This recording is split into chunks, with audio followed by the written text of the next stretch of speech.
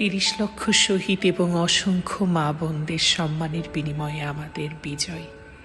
তাই আজ মহান বিজয় দিবস উপলক্ষে আমরা ঘুরতে যাচ্ছি শাহবাগের রমনা পার্ক। তো যে কথা সেই কাজ, এই যে আমরা গাড়িতে বেরিয়ে পড়েছি। ঢাকা শহর মানেই জ্যাম, এ এক জাদুর শহর। কত মিনিট যে আমরা এভাবে বসেছিলাম তার কোনো ঠিক নেই।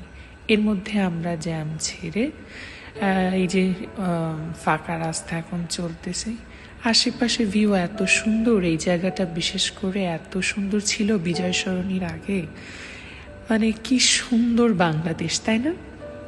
আশেপাশের পরিবেশও অনেক সুন্দর।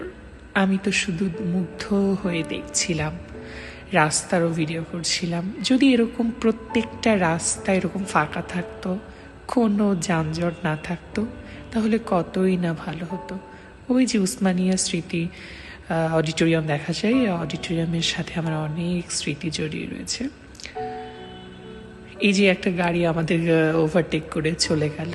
আমি ভাইয়াকে বলছিলাম যে ভাইয়া তুমিও আগে চলো। এই যে মসজিদ দেখলে একটা আলাদা শান্তি কাজ করে। অবশেষে আমরা প্রায় চলে এসেছি রমনা পার্কে।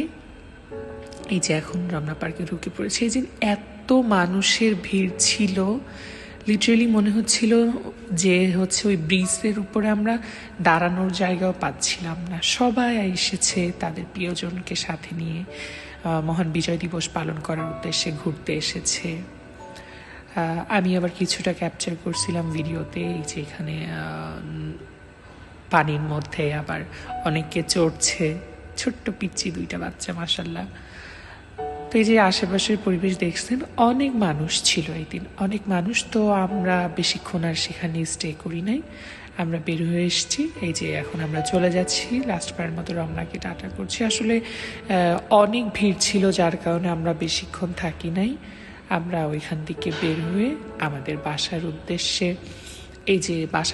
আবার চলে যাচ্ছি। আবার দেখা হবে নতুন কোনো একটা ভিডিওতে। সে পর্যন্ত সবাই ভালো থাকবেন, সুস্থ থাকবেন, আমাদের জন্য দোয়া করবেন। ধন্যবাদ।